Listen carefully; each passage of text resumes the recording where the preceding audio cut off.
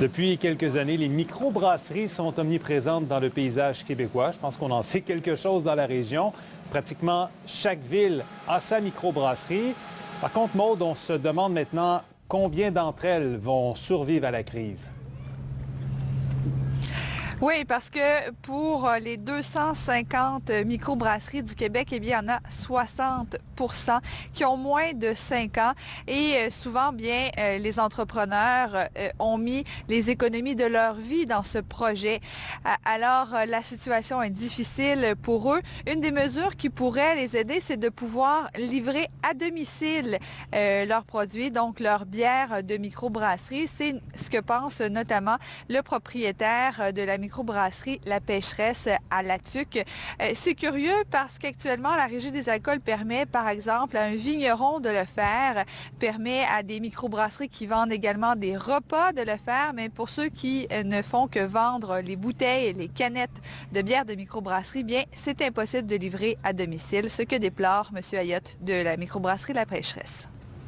De pouvoir aller chez les gens, les empêcher de sortir aussi le plus possible pour essayer de contrôler la crise. C'est sûr que ça serait un avantage à la fois pour nous, parce que c'est sûr qu'il y a des ventes qui ne vont pas. Puis pour les gens, c'est de rester chez eux. Donc l'enjeu, c'est une question de liquidité. Et de pouvoir livrer à domicile, bien, ça aiderait justement à l'enjeu de la liquidité. Autre point intéressant, Jean-Philippe, c'est qu'une microbrasserie sur 3 se trouve dans une municipalité qui compte moins de 10 000 habitants et donc qui aide l'économie locale.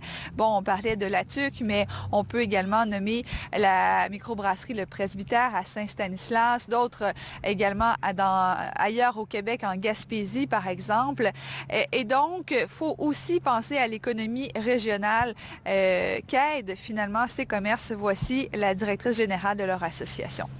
Les microbrasseries sont directement dans le tissu social et économique des régions. On est là, on est un vecteur touristique. Hein? On est le deuxième produit d'appel en termes de tourisme gourmand. Les gens sont fiers de notre industrie et c'est d'autant plus important maintenant que les consommateurs prennent la mesure de ça.